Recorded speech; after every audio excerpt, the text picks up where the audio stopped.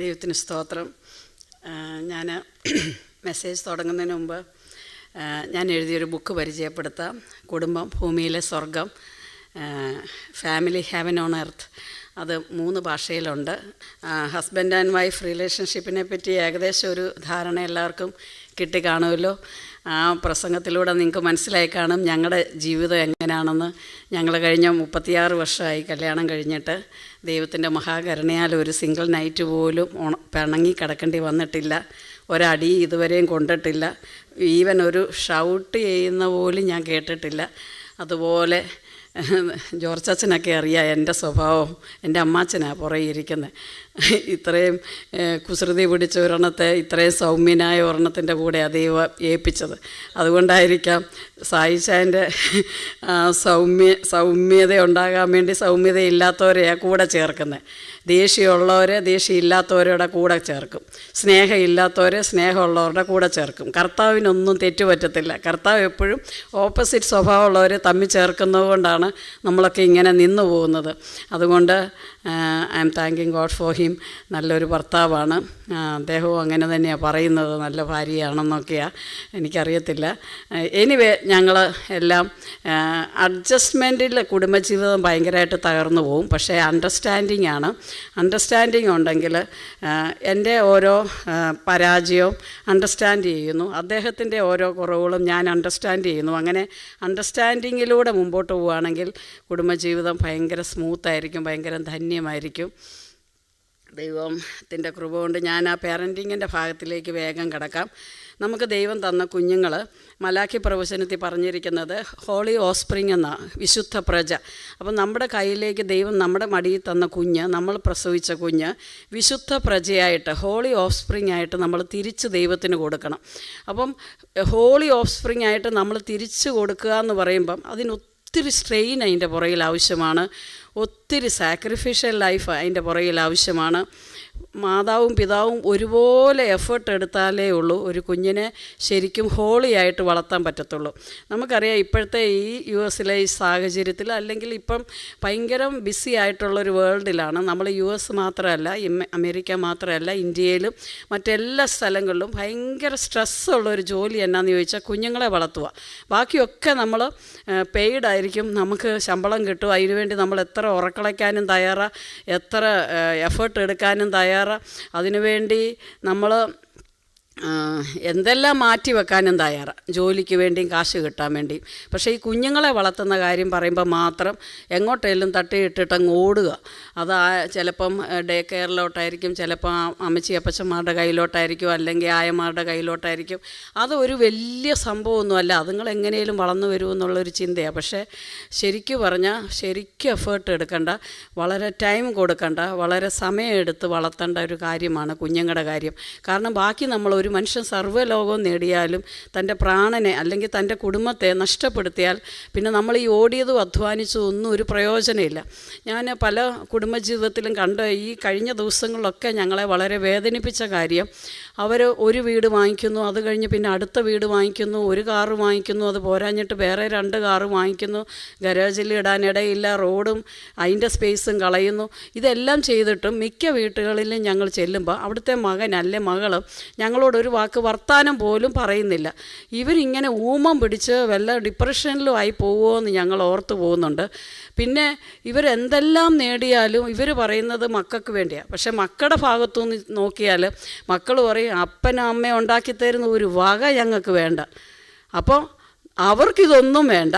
പക്ഷെ നമ്മൾ നമ്മുടെ പണവും കളയുന്നു, സമയവും കളയുന്നു, ദൈവസന്നിധി ഇരിക്കേണ്ട സമയവും നഷ്ടപ്പെടുത്തുന്നു. ഇതെല്ലാം നമ്മൾ പറയുന്നത് നമ്മുടെ മക്കൾക്ക് വേണ്ടിയാണ് നമ്മൾ അധ്വാനിക്കുന്നത്.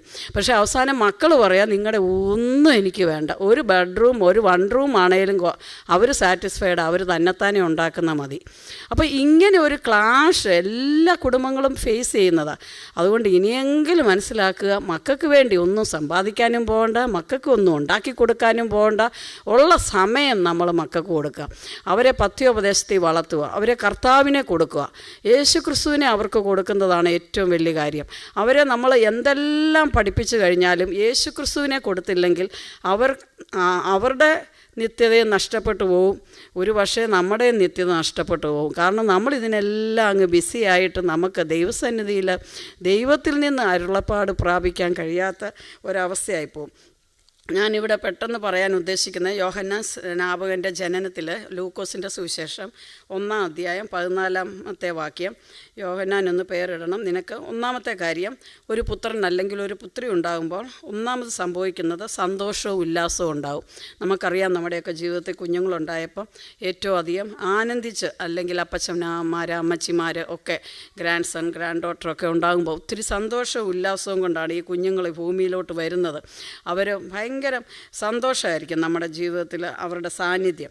എന്നാൽ ഈ കുഞ്ഞുങ്ങളുണ്ടാകുന്നതിന് മുമ്പ് തന്നെ യോഹന്നാൻ സ്നാപകനോട് അല്ലെങ്കിൽ എലിസബത്തിനോട്, സക്കറിയാവിനോട്, അതല്ലെങ്കിൽ മറിയയോട്, യോസഫിനോട്, ശിംശോൻ്റെ അപ്പനും അമ്മയോട്, പിന്നെ മോശയുടെ അപ്പനും അമ്മയോട്, ഇവരോടൊക്കെ ദൈവത്തിൻ്റെ ആത്മാവ് സംസാരിച്ചു. നമ്മളുണ്ടാകാൻ പോകുന്ന കുഞ്ഞ് എങ്ങനെയായിരിക്കും, എങ്ങനെ ആയിരിക്കണം, ഇതൊന്നും ഞാൻ വിശദീകരിച്ച് പറയുന്നില്ല. നമ്മളുടെ ജീവിതത്തിൽ ഒരു കുഞ്ഞ് പ്രഗ്നൻ്റ് ആണെങ്കിൽ ഉടനെ നമ്മൾ ആ പ്രഗ്നൻസി ടൈമിൽ തന്നെ ദൈവത്തോട് ചോദിക്കണം, എൻ്റെ കുഞ്ഞിനെക്കുറിച്ചുള്ള നിൻ്റെ അരുളപ്പാട് എന്താണ്, എങ്ങനെയായിരിക്കണം ഈ കുഞ്ഞിനെ വളർത്തേണ്ടത്. ആ വയറെ കൈവച്ച് എല്ലാ ദിവസവും പ്രാർത്ഥിക്കണം, ദൈവമേ ഈ കുഞ്ഞുണ്ടാകുമ്പോഴേക്കും ദൈവമേ ഹോളി ഓസ്പ്രിങ് ആയിട്ട് എനിക്ക് തിരിച്ചു തരേണ്ടതാണ്. അതുകൊണ്ട് എന്തെല്ലാം ഉത്തരവാദിത്തം എൻ്റെ ജീവിതത്തിൽ വരണം, എന്തെല്ലാം കാര്യം ഞാൻ മനസ്സിലാക്കിയിരിക്കണം. ഇത് നമ്മൾ ഉണ്ടാകുന്നതിന് മുമ്പ് തന്നെ അറിഞ്ഞിരിക്കേണ്ട കാര്യമാണ്. ഞാൻ അതിലേക്ക് വിശദീകരിക്കുന്നില്ല. അവൻ തൻ്റെ പാപങ്ങളിൽ നിന്ന് രക്ഷിപ്പാനിരിക്കുന്നതുകൊണ്ട് നീ അവന് യേശു എന്ന് പേരിടണം. ആ ശബ്ദം അവർ കേട്ടു, മാതാപിതാക്കൾ. അപ്പം യേശുവിനെ പറ്റി ഒരു വിളി അവരുടെ ഹൃദയത്തിൽ വന്നു. മോശ ഉണ്ടാകുന്നതിന് മുമ്പ് അവൻ സർവ്വജനത്തെയും വീണ്ടെടുക്കാനുള്ളവനാണെന്നുള്ള വിളി അവർ കേട്ടു. ശിംശോൻ ഉണ്ടാകുന്നതിന് മുമ്പ് നാസീർ ആയിരിക്കണമെന്നുള്ള, അവന് മദ്യമൊന്നും കുടിക്കരുത്, കത്തി വെക്കല്ല തലയിൽ, ഇങ്ങനെ ഒത്തിരി കാര്യങ്ങൾ, റൂൾസ് ആൻഡ് റെഗുലേഷൻസ് എല്ലാം അവർ കേട്ടു. ഇവിടെ യോഹന്നാൻ്റെ കാര്യം മാത്രം ഞാൻ പെട്ടെന്ന് പറയാം. യോഹന്നാൻ ഉണ്ടാകുന്നതിന് മുമ്പ് അവർ പറയുമായിരുന്നു, ആ കാര്യങ്ങളൊക്കെ നമുക്കറിയാം.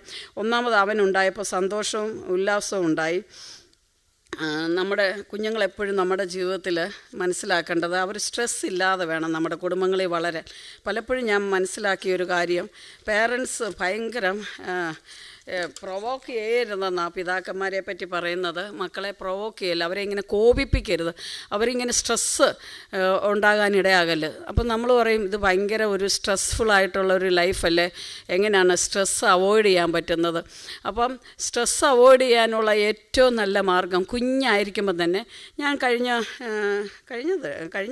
ദിവസങ്ങളിൽ ഈ അടുത്തിടെ മനസ്സിലാക്കിയൊരു കാര്യം, ഇവിടുത്തെ സിസ്റ്റവും കുറച്ച് മുമ്പേ പറഞ്ഞ പോലെ നമ്മൾ അമേരിക്കൻ കൾച്ചറല്ല ഫോളോ ചെയ്യേണ്ടത്, നമ്മൾ ആഫ്രിക്കൻ കൾച്ചറോ ഇന്ത്യൻ കൾച്ചറോ അല്ല ഫോളോ ചെയ്യേണ്ടത്, നമ്മൾ ബിബ്ലിക്കൽ കൾച്ചറാണ് ഫോളോ ചെയ്യേണ്ടത്. നമ്മുടെ കുഞ്ഞിന് സന്തോഷവും ഉല്ലാസവും ഉള്ള കുഞ്ഞായിട്ട് വളരണമെങ്കിൽ ഇവിടുത്തെ, ഞാൻ മനസ്സിലാക്കിയെടുത്തോളം ഇവിടുത്തെ മെഡിക്കൽ രീതിയെ, ആ കുഞ്ഞുണ്ടാകുമ്പം തന്നെ ഒരു CD കാണിക്കും. ആരൊക്കെയോ ആ കുഞ്ഞിൻ്റെ ദേഹത്ത് കള്ളുകുടിയന്മാരാരാണ്ട് കയറി കടന്നെന്നോ ആ കുഞ്ഞ് മരിച്ചു പോയെന്നോ, അതിന് ശേഷം ഇവിടുത്തെ നിയമം മാറിയെന്നും, ആ നിയമത്തിൻ്റെ ബേസിൽ ക്രിബിനകത്ത് അല്ലെങ്കിൽ തൊട്ടിലിനകത്ത് മാത്രം കുഞ്ഞിനെ കടത്തണം, ഫീഡ് ചെയ്യാൻ മാത്രം കുഞ്ഞിനെ കയ്യിലെടുക്കണം. ഇതൊക്കെ നിങ്ങൾ പാലിച്ചു. ഈ നിയമം ഒന്നും തെറ്റിക്കാൻ ഞാൻ വന്നതല്ല. പക്ഷേ മനസ്സിലാക്കണം, ആ ഒരു ഡോക്ടർ ചോദിക്കുക, നിങ്ങളുടെ കുഞ്ഞിനെ നിങ്ങൾ ക്രിബിലാണോ കടത്തിയെന്ന് ചോദിക്കുകയാണെങ്കിൽ കള്ളം പറയണ്ട, കടത്തിയെന്ന് പറയാം. പാല് കൊടുത്തോന്ന് ചോദിച്ചാൽ പാല് കൊടുത്തെന്ന് പറയാം. പക്ഷേ most of the time spend with that child. അല്ലെങ്കിൽ സൈക്കിക് പ്രോബ്ലം ഉണ്ടാകും, മെൻ്റൽ പ്രോബ്ലം ഉണ്ടാകും, സ്ട്രെസ് ഉണ്ടാകും. നമ്മുടെ കുഞ്ഞുങ്ങൾ നമ്മുടെ കയ്യിലേക്ക് വരുമ്പം അവർക്ക് ഏറ്റവും ആവശ്യം ഒരു അമ്മയുടെ ചൂടും പരിപാലനവും ലാളനയുമാണ്. അത് രാത്രിയാണേ രാത്രി, പകലാണേ പകൽ, ഏത് സമയവും കെട്ടിപ്പിടിച്ച് കിടന്നുറങ്ങുന്നതാണ് ആ കുഞ്ഞ് ഏറ്റവും കംഫർട്ടബിളാകുന്നത്.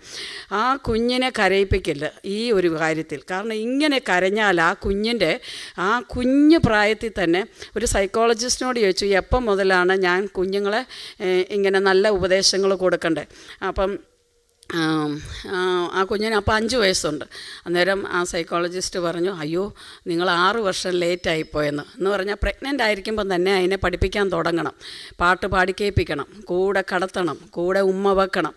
ഞങ്ങളുടെ കൊച്ചിന് മൂത്ത മോളുടെ കാര്യമാണല്ലോ പറഞ്ഞ, 3.5 വയസ്സുള്ളപ്പം ഞാൻ അവളെ എൻ്റെ കൂടെ കടത്തിയപ്പം ഞാൻ അന്ന് ഒത്തിരി ടയേർഡായിരുന്നു. ഞാൻ ആ കടന്നുകൊണ്ട് തന്നെ കൊലോസ്യർ 3 വായിച്ചും ഭൂമിയിലുള്ളതല്ല ഉയരത്തിലുള്ള ചിന്തിപ്പിൻ, പഴയ മനുഷ്യനെ അതിനെ ഉരിഞ്ഞു കളയണം, പുതിയ മനുഷ്യനെ ധരിക്കണം.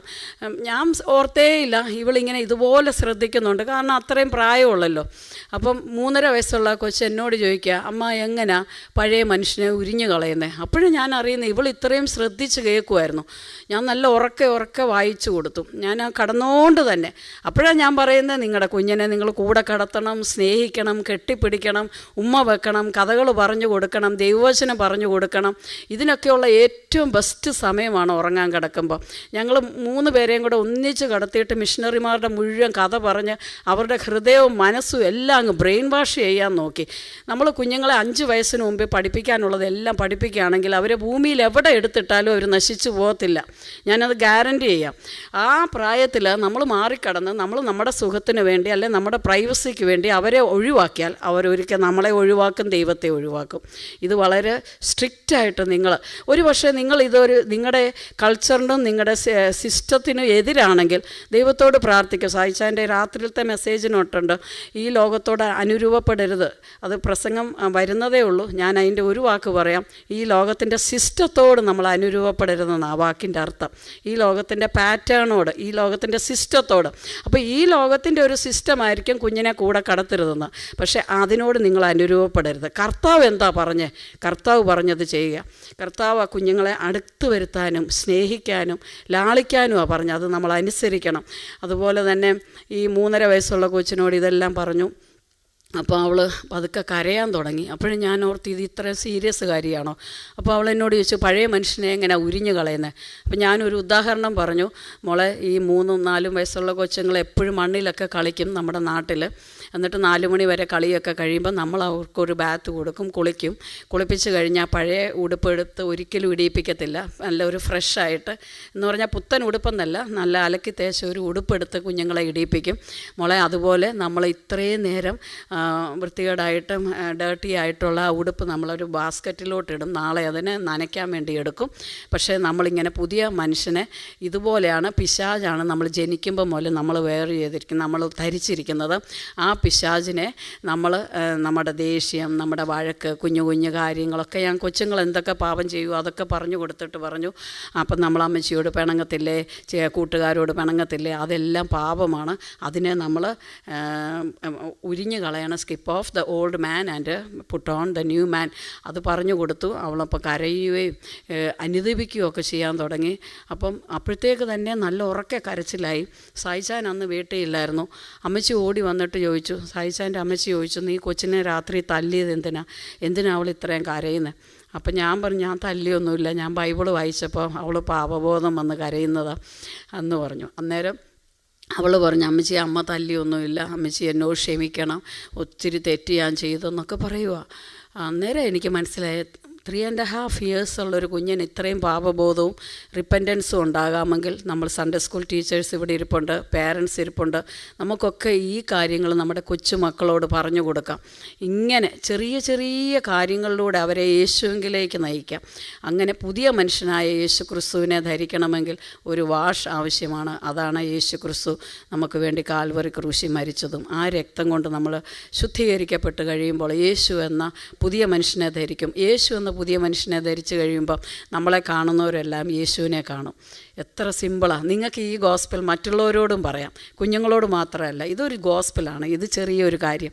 അങ്ങനെ നമ്മൾ കുഞ്ഞുങ്ങളെ കൂടെ കടത്തുക, മിഷണറി സ്റ്റോറീസ് പറഞ്ഞു കൊടുക്കുക. CD-യും ഇപ്പോൾ ഇഷ്ടം പോലെ പിള്ളേർക്ക് എല്ലാം അവൈലബിളാണ്. യൂട്യൂബിനകത്തും വെബ്സൈറ്റിലും എല്ലാം ഇഷ്ടം പോലെ അവൈലബിളാണ്. ആ സമയത്ത് ഈ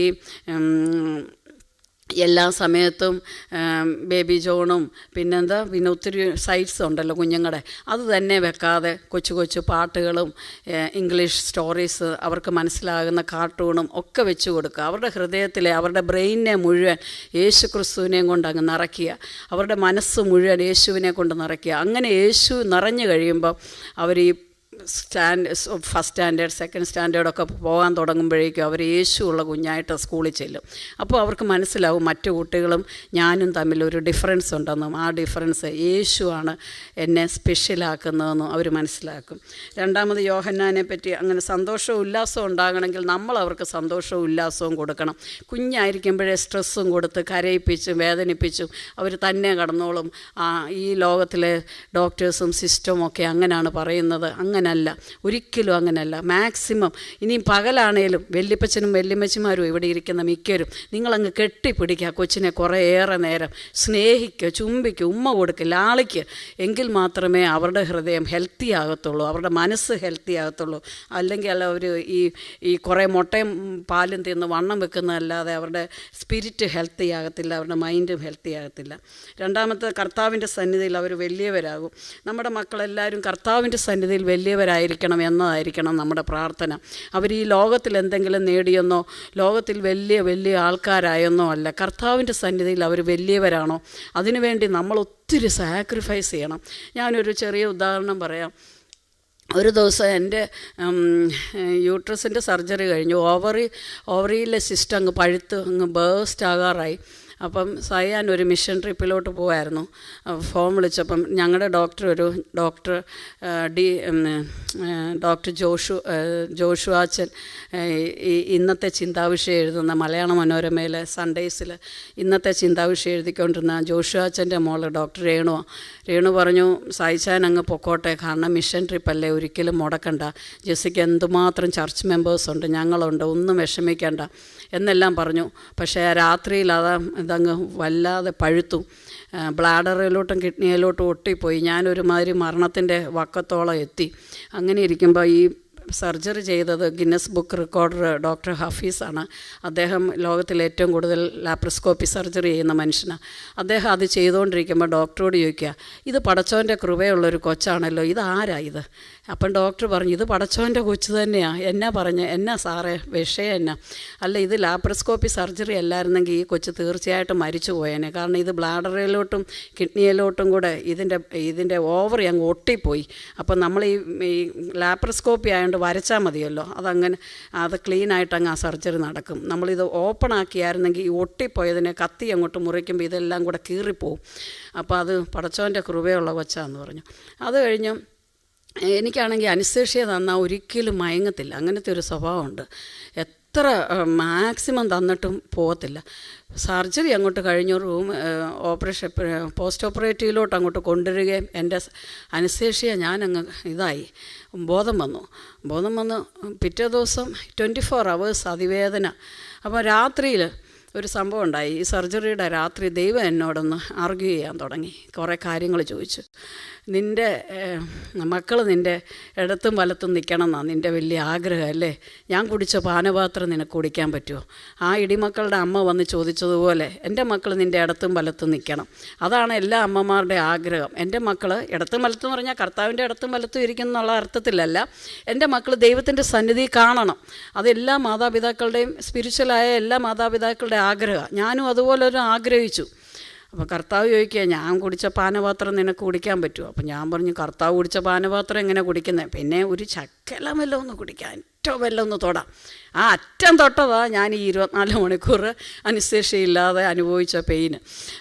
എന്തെല്ലാം മെഡിസിൻ തന്നിട്ടും പെയിൻ മാറത്തില്ല. അവസാനം പിറ്റേ ദിവസമായി 24 മണിക്കൂറായപ്പോൾ അടുത്ത് കിടക്കുന്ന കുറേ ഓപ്പറേഷൻ ചെയ്ത പെണ്ണുങ്ങൾ പറയാം, എന്തിനാണോ നമ്മളെ ഇവിടെ കൊണ്ട് കടത്തിയേക്കുന്നത്, ഇതുവരെയുമായിട്ട് ഓപ്പറേഷൻ ചെയ്തില്ല എന്ന് പറഞ്ഞാൽ ഓപ്പറേഷനും കഴിഞ്ഞു, റിക്കവറിയും കഴിഞ്ഞു, 24 മണിക്കൂറും കഴിഞ്ഞു, പെയിനും കഴിഞ്ഞു, എല്ലാം കഴിഞ്ഞു. അവർ പറയും അവരെ ഓപ്പറേഷൻ ചെയ്തില്ലെന്ന്. അവരപ്പം ഒരു പെയിനും അനുഭവിക്കാതെ ബോധത്തിലേക്ക് വന്ന് നോർമൽ ലൈഫിലേക്ക് വന്ന് ആ 24 മണിക്കൂർ നമ്മൾ സ്വർഗവും നരകവും പാതാളവും എല്ലാം കണ്ടു. അപ്പം കർത്താവിനോട് ഇങ്ങനെയൊക്കെ പറയുന്നത് ഒത്തിരി നല്ലതാണ് ചില സമയത്ത്.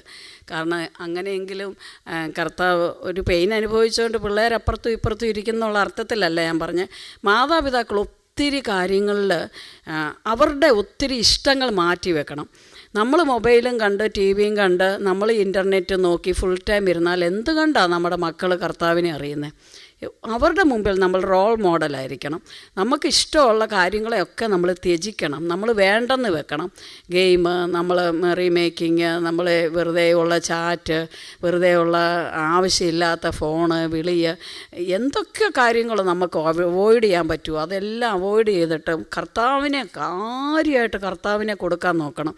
അങ്ങനെയാണെങ്കിൽ അവരുടെ ലൈഫ് കർത്താവിൻ്റെ സന്നിധിയിൽ നമ്മൾ അവരെ ഓർത്ത് വിഷമിക്കേണ്ടി വരത്തില്ല. അവർ കർത്താവിൻ്റെ സന്നിധിയിൽ വലിയവരായിരിക്കും.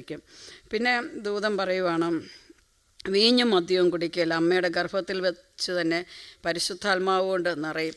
വീഞ്ഞും മദ്യവും കുടിക്കത്തില്ല എൻ്റെ കുഞ്ഞുങ്ങൾ എന്നൊരു തീരുമാനം മാതാപിതാക്കളും എടുക്കണം, കുഞ്ഞുങ്ങളും എടുക്കണം. കാരണം ഇത് വല്ലാത്തൊരു സമൂഹത്തിലാണ് നമ്മൾ ജീവിക്കുന്നത്. സോഷ്യൽ ഡ്രിങ്ക് ഒരു പാപമേ അല്ല. എന്ത് പാപം വേണമെങ്കിലും ചെയ്യാൻ ലൈസൻസ് കൊടുക്കുന്ന പോലത്തെ ഒരു തലമുറയിലാണ് നമ്മൾ ജീവിക്കുന്നത്. ഈ കല്യാണങ്ങൾക്ക് പോകുമ്പോഴും ഒക്കെ നമ്മുടെ മക്കളെ പറഞ്ഞ് മനസ്സിലാക്കണം. അതിനു മുമ്പേ കുഞ്ഞായിരിക്കുമ്പോൾ മുതലേ പറയണം, മോനെ അത് നമുക്ക് അലൗഡ് അല്ല, അത് ദൈവത്തിന് ഇഷ്ടമില്ല. ദൈവത്തിന് ഇഷ്ടമുള്ള കാര്യവും ദൈവത്തിന് ഇഷ്ടമില്ലാത്ത കാര്യവും എന്ത് ചെയ്താലും പാപമല്ലെന്ന് പറയുന്ന ഒരു കാലഘട്ടത്തിലാണ് നമ്മൾ ജീവിക്കുന്നത്. അത് ഇന്ത്യയിലായാലും അങ്ങനെ, അമേരിക്കയിലായാലും അങ്ങനെ. അപ്പം നമ്മൾ പറഞ്ഞു കൊടുക്കണം, ഇത് പാപമാണ്, ഇത് പാപമല്ല, ഇങ്ങനെ വേണം. അത് നമ്മൾ പറഞ്ഞു കൊടുത്തില്ലേ അവർക്ക് മനസ്സിലാകത്തില്ല. ഒന്ന് നമ്മുടെ ലൈഫ് ഇമ്പാക്റ്റ് ചെയ്യണം, രണ്ട് നമ്മുടെ വാക്കിലൂടെ അവരെ പറഞ്ഞ് മനസ്സിലാക്കണം. അപ്പം അവർ നാസീറായിരിക്കണം, അവർ വീഞ്ഞും മദ്യവും കുടിക്കാത്തവരായിരിക്കണം. അതിന് നമ്മൾ വളരെ എഫേർട്ട് എടുക്കണം. പ്രത്യേകിച്ച് നമ്മുടെ കുഞ്ഞുങ്ങളുടെ കല്യാണമൊക്കെ വരുമ്പം ഞങ്ങൾക്ക് ഒത്തിരി ഉദാഹരണമൊക്കെ പറയാനുണ്ട്, സമയമില്ല. അതിൻ്റെ നിങ്ങൾ ഏതായാലും പണം ഉണ്ടാക്കുമല്ലേ, അപ്പോൾ ആ പണം കൂടെ, ഈ ലിക്വർ വെക്കുന്ന പണം കൂടെ നമ്മൾ ആ കേറ്ററിംഗുകാർക്ക് കൊടുക്കാമെങ്കിൽ അവരത് ഇവിടെ വെക്കാതിരിക്കും. അതൊക്കെ പറഞ്ഞ് മനസ്സിലാക്കണം. മക്കളെ, ആ പണം ഞാനങ്ങ് തന്നോളാം. കുറച്ച് വലിയൊരു നഷ്ടമായിരിക്കും, പക്ഷേ ആ നഷ്ടം നമ്മൾ സഹിക്കുകയാണെങ്കിൽ നമ്മുടെ കല്യാണങ്ങൾക്ക് ലിക്വറോ വൈനോ ഒന്നും വിളമ്പാതെ നമുക്ക് ആ കല്യാണമൊക്കെ വളരെ സ്മൂത്തായിട്ട് കൊണ്ടുപോകാൻ പറ്റും. അതിനൊക്കെ ഒരു ഗുഡ് ടേംസിൽ വേണം കുഞ്ഞുങ്ങളോട് സംസാരിക്കാൻ. അങ്ങനെ പറയുവാണെങ്കിൽ അവർ തീർച്ചയായിട്ടും കേൾക്കും. മോനെ, ഇതൊരു വലിയ സാക്ഷ്യമാണെന്നും ഇതിലൂടെ നമുക്ക് യേശുവിനെ മറ്റുള്ളവർക്ക് കൊടുക്കാൻ പറ്റുമെന്നും ഒക്കെ പറഞ്ഞൊന്ന് ഒരു ഫ്രാങ്കായിട്ടൊന്ന് വർത്താനമെങ്കിലും പറ. ഇതിപ്പം ബേസ്മെൻറ്റിലോട്ട് ഒരു ബർഗറും എടുത്തുകൊണ്ട് പോയാൽ പിന്നെ പയ്യനെ കാണാനേ കിട്ടത്തില്ല, അല്ലെ അപ്സ്റ്റെയറിൽ പോയി കഴിഞ്ഞാൽ ഒന്നും കിട്ടത്തില്ല. ഇങ്ങനത്തെ ഒരു ലൈഫല്ല നമ്മൾ. ഡൈനിങ് ടേബിൾ എന്ന് പറയുന്ന അപ്പനും അമ്മയും മക്കളും കൂടെ ഒന്നിച്ചിരുന്ന് ഭക്ഷിക്കാനും സന്തോഷിക്കാനും ഉള്ള സ്ഥലമാണ്. അതുപോലെ നമ്മുടെ ഏതെങ്കിലും ഒരു സ്ഥലത്ത് ഒന്നിച്ച് വന്നൊരു ഈവനിങ്ങിൽ ഒന്നിച്ച്, അല്ലെങ്കിൽ ഒരു പകൽ, നിങ്ങൾക്ക് ഡേയിലാണ് ഡ്യൂട്ടി എങ്കിൽ നൈറ്റിലാണ് ഡ്യൂട്ടി എങ്കിൽ ഡേയിൽ, ഏതെങ്കിലും ഒരു സമയത്ത് അപ്പനും അമ്മയും മക്കളും, അല്ല ബ്രേക്ക്ഫാസ്റ്റിൻ്റെ സമയത്ത് ഒന്നിച്ചൊന്നിരുന്ന് എല്ലാവരും കൂടെ കുറച്ച് സന്തോഷിക്കുകയും കുറച്ച് ചിരിക്കുകയും കളിക്കുകയും കുറച്ച് നേരം ബൈബിൾ വായിക്കുകയും പ്രാർത്ഥിക്കുകയും ധ്യാനിക്കുകയും, എന്തൊരു വാംതാണ് ആ കുടുംബത്തിൽ, എന്തൊരു സന്തോഷമാണ് ആ കുടുംബത്തിൽ. അങ്ങനെ നമ്മുടെ കുടുംബങ്ങളെ മുമ്പോട്ട് കൊണ്ടുപോവുകയാണെങ്കിൽ ഈ തലമുറയിൽ അവരൊരിക്കലും കർത്താവിനെ തള്ളിക്കളയത്തില്ല. അഞ്ചാമത്, ഇസ്രായേൽ മക്കളിൽ പലരെ അവരുടെ ദൈവമായ കർത്താവിലേക്ക് തിരിച്ചു വരുത്തും. പിന്നെ ദൂതൻ പറയാം, അവരെ ഒത്തിരി പേരെ കർത്താവിലേക്ക് നയിക്കും. നമുക്ക് വലിയൊരു ഉത്തരവാദിത്വമുണ്ട്. നമ്മുടെ മക്കൾ പഠിക്കുന്ന സ്കൂളിലും കോളേജസിലും ഒക്കെ അവരാരും യേശു ഇല്ലാത്തവരാണ്. അപ്പോൾ നമ്മൾ ഓർക്കും എങ്ങനെ അവരെ റീച്ച് ചെയ്യാൻ പറ്റും. നമ്മുടെ കുഞ്ഞുങ്ങളോട് പറയണം, മോനെ ഒരു ബർത്ത്ഡേക്ക് ഞാനൊരു ബിരിയാണി ഉണ്ടാക്കാം, നീ നിൻ്റെ ക്ലാസ്സിലെ പിള്ളേരെ എല്ലാം വിളിക്കുക. അങ്ങനെ അവരെ ഒരു ഗെറ്റ് ടുഗദർ വെക്ക്. നമുക്ക് എന്തെല്ലാം കാര്യത്തിന് പണം ചിലവാക്കാനുണ്ട്, പക്ഷേ ഇങ്ങനെയൊക്കെ ചെയ്യണം. ഇങ്ങനെ ചെയ്തിട്ട് ഒരു സമയത്തേക്ക് ഒരു 15th ബർത്ത്ഡേ അല്ലെ 10th ക്ലാസ് തീരുന്ന ദിവസം ഒരു ഗ്രാജുവേഷൻ സെറമണി, ഇങ്ങനെയുള്ള സമയത്ത് ക്ലാസ്സിൽ പിള്ളേരെ എല്ലാം വിളിച്ചിട്ട് ഒന്നിച്ച് ഫുഡൊക്കെ കൊടുത്തിട്ട് നമുക്ക് കുറച്ച് നേരം സംസാരിക്കാമെന്ന് പറഞ്ഞ് ഒന്ന് യേശുവിനെ പറ്റി പറയുകയാണെങ്കിൽ എത്ര നല്ലതാണ്. ഒരുപക്ഷെ അവരുടെ ഹൃദയം അന്നായിരിക്കും യേശുവിന് വേണ്ടി തുറക്കപ്പെടുന്നത്. നമുക്കങ്ങനെ എനിക്ക് ഭവിച്ചതൊക്കെ സുവിശേഷത്തിൻ്റെ അഭിവൃദ്ധിക്ക് കാരണമായി. ഞങ്ങൾ പ്രാക്ടീസ് ചെയ്യാത്ത ഒരു കാര്യവും അല്ല പറയുന്നത്. ഓരോ പിള്ളേരുടെയും ബർത്ത്ഡേക്ക് അല്ലെങ്കിൽ ഒരു പ്രത്യേക ഇവൻറ്റിൽ ഞങ്ങളുടെ വീട്ടിൽ എല്ലാ പിള്ളേരോടും സുവിശേഷം പറഞ്ഞിട്ടുണ്ട്. അതുപോലെ തന്നെ ഞങ്ങളുടെ രണ്ടാമത്തെ മോള് സായിച്ചാനെ പോലെ നല്ല റൈറ്റിംഗ് ടാലൻറ്റാണ്. അവളൊരു കുഞ്ഞായിരിക്കുമ്പോൾ 7ാം ക്ലാസ്സിൽ പഠിക്കുമ്പോൾ അവളൊരു ട്രാക്റ്റ് എഴുതി. അതൊരു കഥ എഴുതിയതാണ്, പക്ഷേ അതൊരു ട്രാക്റ്റായിട്ട് ഇന്ന് different languages, Portuguese, Swahili, English, Hindi, Malayalam ഒക്കെ ആ ഭാഷയിൽ ആ ട്രാക്റ്റ് പോയിട്ടുണ്ട്. ഇവിടെ എനിക്ക് തോന്നുന്നത് അത് ഈ കഴിഞ്ഞ ദിവസങ്ങളിൽ ആ ട്രാക്റ്റ് ഇറക്കിയപ്പം അത് ഇറക്കിയിട്ടുണ്ട്. അങ്ങനെ അത് ക്ലാസ്സുകളിൽ കോളേജിലൊക്കെ ഡിസ്ട്രിബ്യൂട്ട് ചെയ്യാനും അങ്ങനെ പലരെയും ക്രിസ്തുവിലേക്ക്, യോഹന്നാൻ സ്നാപകൻ അങ്ങനെ പലരെയും മക്കളിലേക്ക് അവരെ ദൈവമായ കർത്താവിലേക്ക് തിരിച്ചു വരുത്തും. 6ാമത്തെ പോയിൻ്റ്, വഴങ്ങാത്തവരെ നീതിമാന്മാരുടെ ബോധത്തിലേക്കും തിരിച്ചുകൊണ്ട് ഒരുക്കമുള്ള ഒരു ജനത്തെ കർത്താവിന് വേണ്ടി ഒരുക്കുവാൻ അവന് മുമ്പായി ഏലിയാവിൻ്റെ ആത്മാവിൻ്റെ ശക്തിയോടെ നടക്കും. അപ്പം മാതാപിതാക്കളെ തമ്മിൽ യോജിപ്പിക്കുന്ന അവൻ അപ്പന്മാരുടെ ഹൃദയങ്ങളെ മക്കളിലേക്കും വഴങ്ങാത്തവരെ നീതിമാന്മാരുടെ ബോധത്തിലേക്കും തിരിച്ചു വരും. പല കുടുംബങ്ങളിലും മാതാപിതാക്കൾ വല്ലാതെ ടെൻഷൻ അനുഭവിക്കുന്നുണ്ട്.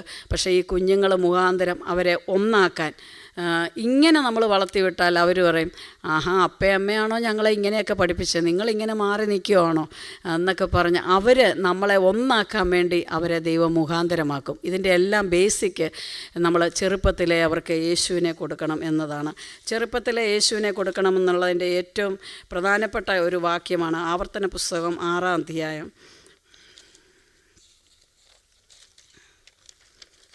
1 മുതലുള്ള ഭാഗത്തിൽ, ഡിട്രോമി ചാപ്റ്റർ 6 വേഴ്സ് 1 ഓൺവേർഡ്സ്. അത് നമ്മളെല്ലാം നീയും നിൻ്റെ മകനും നിൻ്റെ മകൻ്റെ മകനും ഞാൻ നിന്നോട് കൽപ്പിക്കുന്ന നിൻ്റെ ദൈവമായ യഹോവയുടെ എല്ലാ ചട്ടങ്ങളും കൽപ്പനകളും പ്രമാണിപ്പാൻ തക്കവണ്ണവനെ ഭയപ്പെടേണ്ടതിനും നീ ദീർഘായുസ്സ് ഉണ്ടായിരിക്കേണ്ടതിനും നിങ്ങളുടെ ദൈവമായ യഹോവ നിങ്ങൾക്ക് ഉപദേശിച്ചു തരുവാൻ കൽപ്പിച്ചിട്ടുള്ള കൽപ്പനകളും ചട്ടങ്ങളും വിധികളും ഇവയാകുന്നു. അതായത് ഒരു ദേശത്തു നിന്ന് വേറൊരു ദേശത്ത് വന്ന് താമസിക്കുന്ന ഇസ്രായേൽ മക്കളോട് പറയുക, നിങ്ങൾ കൈവശമാക്കാൻ കടന്നു ചെല്ലുന്ന ദേശത്തെ നിങ്ങൾ അനുസരിച്ച് നടക്കേണ്ടതിനും നിൻ്റെ ജീവകാലമൊക്കെയും നീയും നിൻ്റെ മകനും നിൻ്റെ മക്കളും. അപ്പോൾ നമ്മൾ ആ ഇന്ത്യയൊക്കെ വിട്ട് ഇവിടെ വന്നിരിക്കുമ്പോൾ ദൈവത്തിൻ്റെ പരിശുദ്ധാത്മാവാണ് ഇന്ന് നമ്മളോട് ഇവിടെ സംസാരിക്കുന്നത്. നിങ്ങൾ കൽപ്പിച്ച് നിങ്ങളെ ആക്കിയിരിക്കുന്ന ഈ ദേശത്ത് നിങ്ങൾ എങ്ങനെയായിരിക്കണം ജീവിക്കേണ്ടത്. 4-ാമത്തെ വാക്യം, ഇസ്രായേലേ കേൾക്ക, യഹോവ നമ്മുടെ ദൈവമാകുന്നു, യഹോവ ഏകൻ തന്നെ.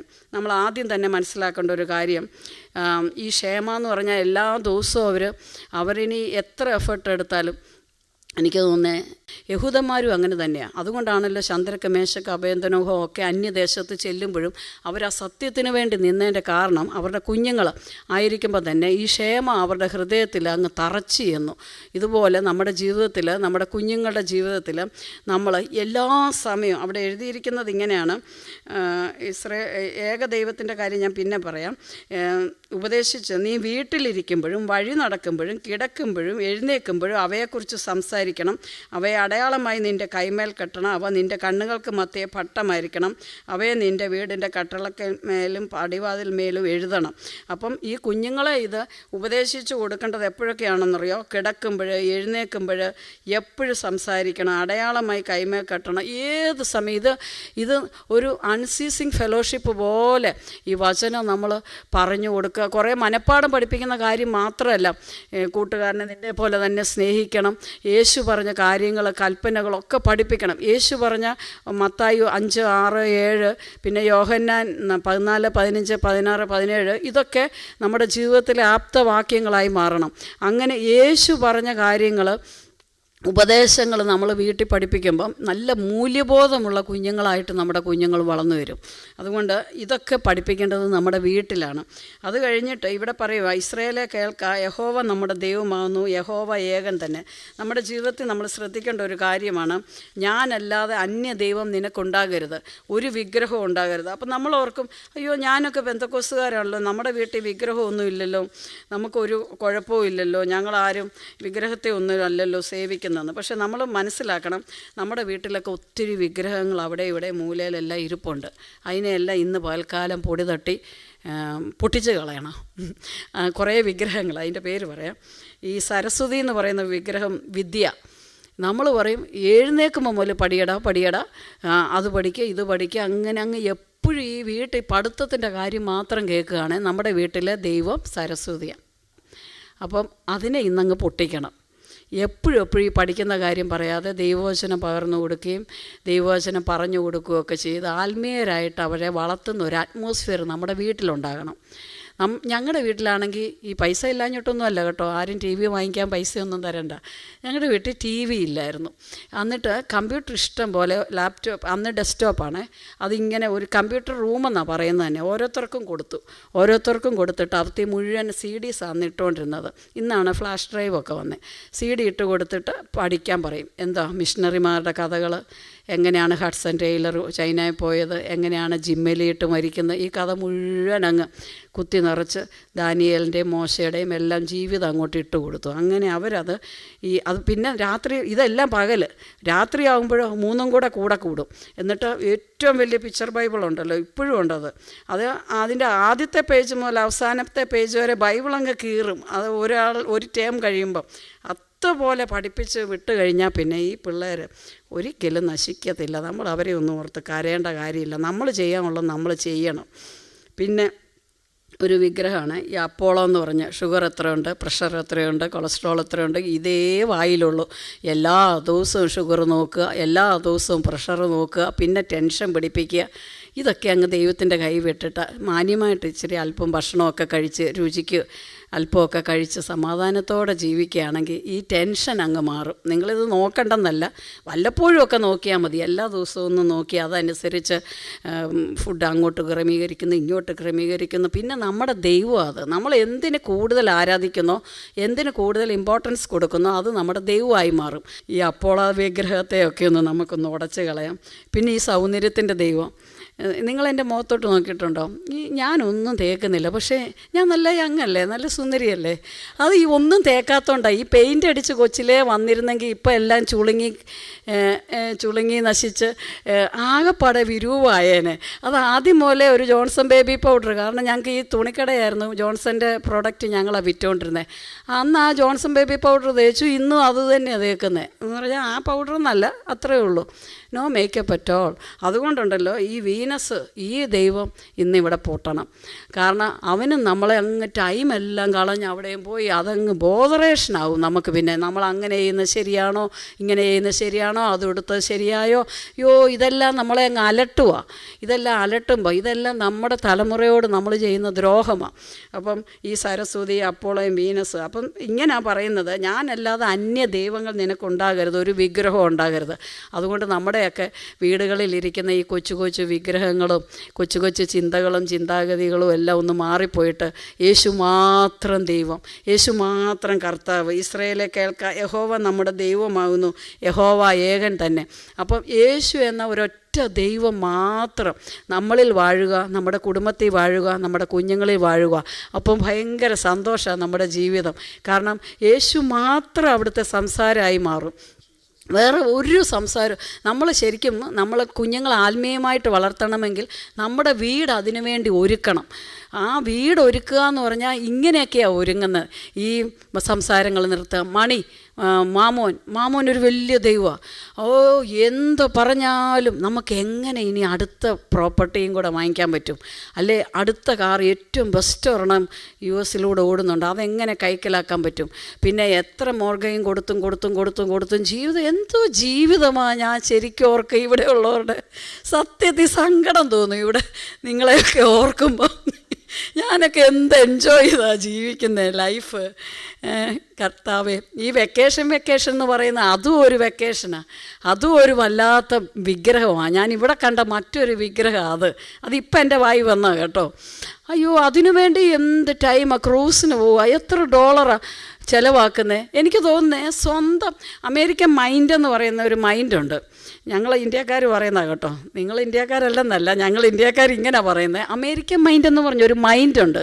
ആ മൈൻഡ് ഇന്നിവിടെ നശിക്കണം, ഇന്നിവിടെ ഇല്ലാതാകണം. യേശുവിൻ്റെ മൈൻഡ് ഉണ്ടാകണം. അമേരിക്കൻ മൈൻഡ് എന്താണെന്നറിയോ? അവനവന് വേണ്ടി എത്ര $, മുടക്കാനും ഒരു മടിയില്ല. ഒരു ഓട്ടോക്കാരന് $10 കൊടുത്താൽ ഭയങ്കര ബാർഗൈനിങ്ങും വഴക്കുക. എന്നാൽ അത് അവൻ്റെ കഞ്ഞിയാണ്, പൊക്കോട്ടെ, $10 ചോദിക്കുന്നവന് 100 കൊടുക്ക്, അത് അവൻ്റെ കഞ്ഞിയാണെന്ന് ചിന്തിക്കത്തില്ല. നമുക്ക് വേണ്ടി 10 ലക്ഷം മുടക്കുന്ന സാരി മുടക്കിയാൽ ഒരു ടെൻഷനും ഇല്ല. ആ സാരി ഇങ്ങോട്ടെടുത്തേക്ക്, ആ ചുരിദാർ 5000, ഇത് 10000, ഒരു കുഴപ്പമില്ല, $, വെച്ച് നോക്കുമ്പോൾ ഇതൊന്നുമല്ല. പക്ഷേ എത്രമാത്രം മിഷണറിമാർ കഷ്ടം അനുഭവിക്കുന്ന രാജ്യത്തിൽ നിന്ന് നമ്മളിവിടെ വന്നത്. എന്തുമാത്രം ജനങ്ങൾ ജയിലിൽ കിടക്കുക, എന്തുമാത്രം പേര് വേദന അനുഭവിക്കുന്നു, എത്ര മിഷണറിമാർ അടുത്ത നേരത്തെ ആഹാരമില്ലാതെ കഷ്ടപ്പെടുന്നു, എന്തെല്ലാം പ്രശ്നങ്ങളുള്ള ഒരു രാജ്യത്തു നിന്ന് നമ്മളെ ദൈവം ഇവിടെ കൊണ്ടുവന്നു. അപ്പം നമ്മുടെ പണത്തിന് നമ്മൾ ഉത്തരവാദികളായിരിക്കണം. അത് നമ്മുടെ ദൈവമായി മാറാൻ ഒരിക്കലും ഇടയാകല്ല.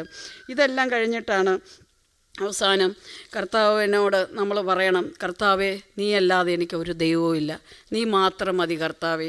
You are my lord, you are my Jesus, you are my God. You are my lord എന്ന് പറയുമ്പോൾ അത് മുഴുവനുണ്ട് അതിനർത്ഥം. കർത്താവിനെ നമ്മൾ ഒന്നുകൂടെ കർത്താവായിട്ടൊന്ന് ഏറ്റു പറഞ്ഞേ.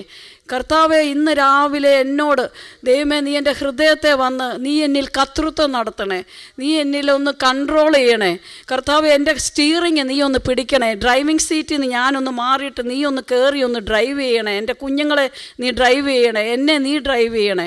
ഇങ്ങനെയൊന്ന് പറഞ്ഞാൽ കൺട്രോളിങ് പവർ അങ്ങ് യേശുവിന് വിട്ടുകൊടുക്കാമെങ്കിൽ നമ്മുടെ കുടുംബത്തിൻ്റെ കൺട്രോള്, നമ്മുടെ വ്യക്തിയുടെ കൺട്രോള്, നമ്മുടെ ഫാമിലിയുടെ കൺട്രോള്, കുഞ്ഞുങ്ങളുടെ കൺട്രോള് ദൈവത്തിന് വിട്ടുകൊടുക്കുകയാണെങ്കിൽ നമ്മുടെ ജീവിതം ഭയങ്കര ധന്യമായി തീരും.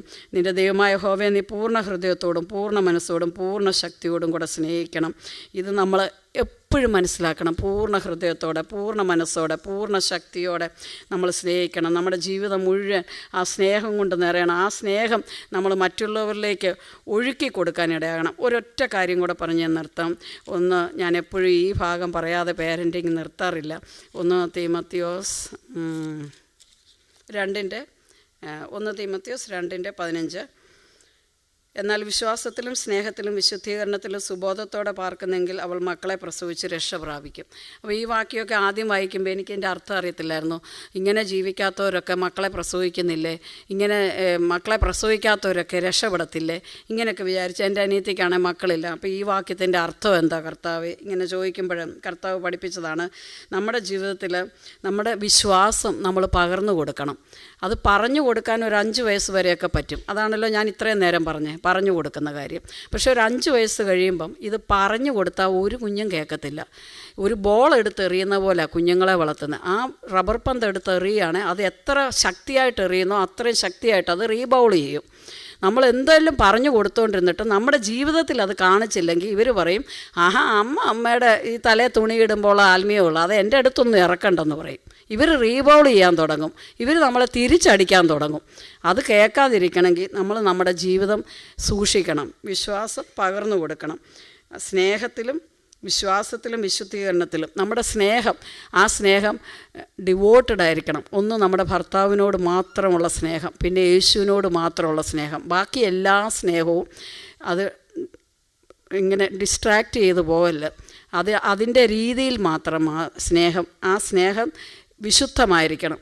മറ്റുള്ളവരോടുള്ള ഡീലിങ്, ഇടപെടൽ, ഇതെല്ലാം വാച്ച് ചെയ്യുന്ന കുഞ്ഞുങ്ങളാണ് നമ്മുടെ കുഞ്ഞുങ്ങൾ. അപ്പോൾ നമ്മുടെ ജീവിതത്തെ, നമ്മുടെ സ്നേഹം ഡിവോട്ടഡ് ആയിരിക്കണം. നമ്മുടെ ഉപദേശം, നമ്മുടെ ജീവിതത്തിൽ ഞാൻ പറഞ്ഞ പോലെ ഉപദേശം എന്ന് പറയുമ്പം സ്നാനവും പരിശുദ്ധാത്മാവും മാത്രമല്ല, യേശു പറഞ്ഞു തന്ന മത്തായി സുവിശേഷം 5-ാം അധ്യായം ശരിക്കും നമ്മൾ വീട്ടിൽ പറയുകയും പഠിക്കുകയും നമ്മൾ പ്രാക്ടീസ് ചെയ്യുകയും അതൊക്കെ പഠിപ്പിക്കുകയും ചെയ്യണം. അപ്പോൾ അത് നമ്മൾ ഉപദേശിച്ച് കൊടുക്കുക മാത്രമല്ല, നമ്മുടെ ജീവിതത്തിൽ പ്രാക്ടീസ് ചെയ്ത് കാണിക്കണം. അപ്പം വിശ്വാസം പകർന്നു കൊടുക്കണം, സ്നേഹം പകർന്നു കൊടുക്കണം. 3-ാമത് വിശുദ്ധീകരണം. നമ്മുടെ ജീവിതത്തിലെ ഏറ്റവും വലിയ ആഭരണം എന്നാന്ന് ചോദിച്ചാൽ, ഏറ്റവും വലിയ ജുവൽ എന്നാന്ന് ചോദിച്ചാൽ നമ്മുടെ ക്യാരക്ടറാണ്. ആ വിശുദ്ധീകരണം നമ്മൾ കുഞ്ഞുങ്ങളിലേക്ക് പകർന്നു കൊടുക്കണം. അതിനുവേണ്ടി നമ്മൾ ഒത്തിരി സാക്രിഫൈസ് ചെയ്യണം. യേശു യോഹന്നാൻ്റെ സുവിശേഷം 17-ാം അധ്യായത്തിൽ പ്രാർത്ഥിക്കുമ്പോൾ പറയുന്നുണ്ട്, കർത്താവ് ഞാൻ വിശുദ്ധീകരിക്കാം, എന്നെ തന്നെ ഞാൻ വിശുദ്ധീകരിക്കുന്നത് ഞാൻ നിനക്ക് വേണ്ടി മാത്രമല്ല മറ്റുള്ളവർക്ക് വേണ്ടി കൂടെ ഞാൻ എന്നെ വിശുദ്ധീകരിക്കുന്നതെന്നൊരു വചനമുണ്ട്. അത് നമ്മൾ സ്വർഗത്തിൽ പോകാൻ വേണ്ടി മാത്രമല്ല നമ്മൾ വിശുദ്ധീകരിക്കപ്പെടുന്നത്. നമ്മൾ വിശുദ്ധീകരിക്കപ്പെടുന്നതിലൂടെ നമ്മുടെ തലമുറ എന്ന് പറയുമ്പോൾ നമ്മൾ മുമ്പേ പറഞ്ഞ പോലെ നമ്മുടെ കുഞ്ഞുങ്ങൾ മാത്രമല്ല, ഓൾ തലമുറ, നമ്മുടെ ചർച്ചിലെ തലമുറ, നമ്മുടെ ദേശത്തെ തലമുറ, നമ്മുടെ ഈ സൊസൈറ്റി, അവർ വിശുദ്ധീകരിക്കപ്പെടണമെങ്കിൽ നമ്മൾ ഒത്തിരി ശ്രമിക്കണം. വിശുദ്ധിക്ക് വേണ്ടി നമ്മൾ വ്യയം ചെയ്യണം, എഫേർട്ട് ചെയ്യണം, സ്ട്രൈവ് ചെയ്യണം. അങ്ങനെയാണെങ്കിലേ ഈ വിശുദ്ധി നമുക്ക് കീപ്പ് ചെയ്യാൻ പറ്റത്തുള്ളൂ. അങ്ങനെ വിശ്വാസത്തിലും സ്നേഹത്തിലും വിശുദ്ധീകരണത്തിലും സുബോധത്തോടെ പാർക്കുന്നെങ്കിൽ, സുബോധം വളരെ ആവശ്യമാണ്. എവിടെ എന്ത് സംസാരിക്കണം, എന്ത് മെസ്സേജ് ചെയ്യണം, എന്ത് ചാറ്റ് ചെയ്യണം, എങ്ങനെയാണ് പാസ്റ്ററിനോട് ഇടപെടേണ്ടത്, എങ്ങനെയാണ് പാസ്റ്ററിൻ്റെ ഭാര്യയോട് ഇടപെടേണ്ടത്, എങ്ങനെയാണ് സഭാജനങ്ങളോട് ഇടപെടേണ്ടത്, എങ്ങനെയാണ് നമ്മുടെ കുടുംബത്തിൽ ഇടപെടേണ്ടത്, മരുമോളോട് എങ്ങനെ ഇടപെടേണ്ടത്, അമ്മായിയമ്മയോട് എങ്ങനെ ഇടപെടേണ്ടത്, ഇതെല്ലാം സുബോധത്തിൽ നിന്നുണ്ടാകേണ്ടതാണ്. ഞാൻ ഈ എഴുതിയ ബുക്കിനകത്തുണ്ട് രൂത്തും നവോമിയുടെയും കാര്യം. അവരെ കുറിക്കുന്നു, ഇവരെ കുറിക്കുന്നെന്ന് പറയാനല്ല, നമ്മുടെ ജീവിതത്തിൽ നമ്മുടെ അമ്മായിയമ്മയോട് നമ്മൾ എങ്ങനെ ആയിരിക്കണമെന്ന് എഴുതിയേക്കുക, ബൈബിളിൽ എഴുതിയേക്കുക. നമ്മുടെ മരുമോളോട് നമ്മൾ എങ്ങനെ ആയിരിക്കണമെന്ന് ഈ ബൈബിളിൽ എഴുതിയേക്കുക. അതങ്ങനെ പ്ലെയിനായിട്ട് അങ്ങ് വായിച്ചാൽ മതി, ഒരു ഇൻ്റർപ്രിറ്റേഷനും പോകല്ല. ബൈബിൾ എപ്പോഴും നമ്മൾ പ്ലെയിനായിട്ട് അങ്ങ് വായിച്ച് മനസ്സിലാക്കണം. അങ്ങനെ ആകുമ്പോൾ ഇത് നമുക്ക് ഫോളോ ചെയ്യാൻ പറ്റും. അങ്ങനെയാണെങ്കിൽ സുബോധത്തോടെ പാർക്കുന്നെങ്കിൽ അവൾ മക്കളെ പ്രസവിച്ച് രക്ഷ പ്രാപിക്കും. അതിനർത്ഥം അറ്റ്ലീസ്റ്റ് നമ്മുടെ മക്കളെയെങ്കിലും നമുക്ക് രക്ഷിക്കപ്പെടുത്താൻ പറ്റും നമ്മളിങ്ങനെ ജീവിച്ചാൽ. ദൈവ ഈ വചനങ്ങളാൽ നമ്മെ അനുഗ്രഹിക്കട്ടെ.